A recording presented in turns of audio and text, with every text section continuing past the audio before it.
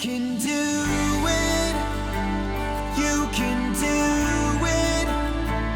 You could heal all our hearts in your time. I wanted to write a song that was talking directly to God, basically saying things directly to God. And that's where my song, You Can Do It, came in. It was basically a prayer that came from 3 different stories.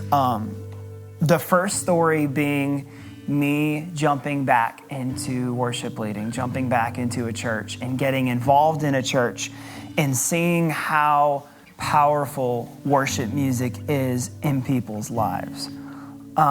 Just being up there every single week, singing the songs, seeing people in the crowd kind of letting go of pain that they might be dealing with.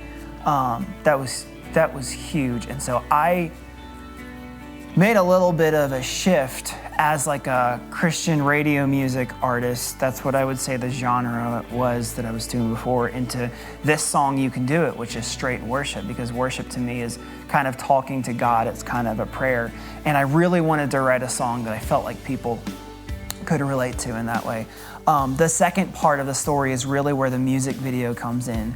And that's totally inspired by Celebrate Recovery.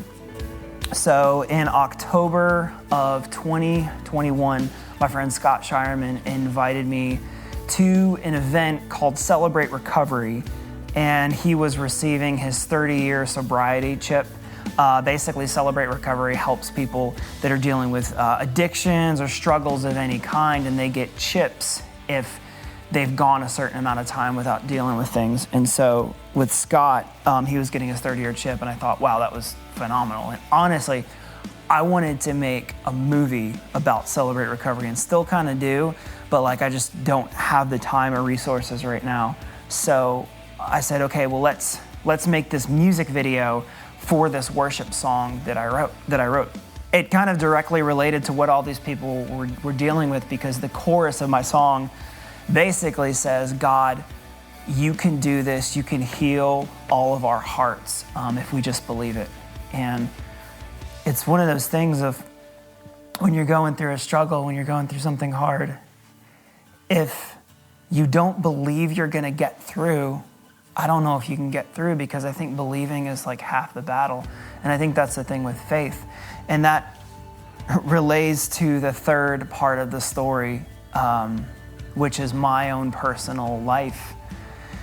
And realizing, I used to think, okay, I can jump, here was my plan.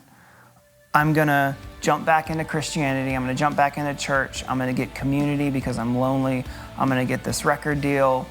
And for whatever reason, the relationship with God, it wasn't really there, or it wasn't really a big part of that plan. And I realized in 2021, when I had to deal with all these kinds of anxieties and pressures, that I had to have a relationship with God to survive with everything that I was doing.